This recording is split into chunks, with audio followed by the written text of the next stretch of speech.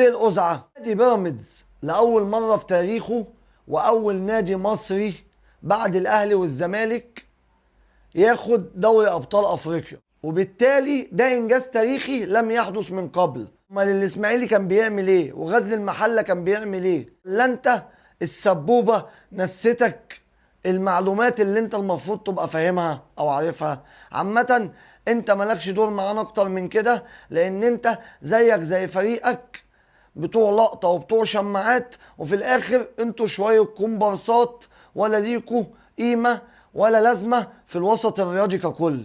وانا بقولها لك، انت اخرك تجري ورا السبوبة، عشان انت مش لاقي سبوبة في ناديك، ولا ناديك عارف يخليك تفرح وتركز معاه زي ما انت مركز مع الفرق التانية، وخصوصا اللي كسر عينيكم وحط عليكم زي النادي الاهلي اللي هتظل عقدتكم الازليه. وانا بقول لك خليك مع ممدوح عيد، يمكن يشوف لك تعيين في الكانتين.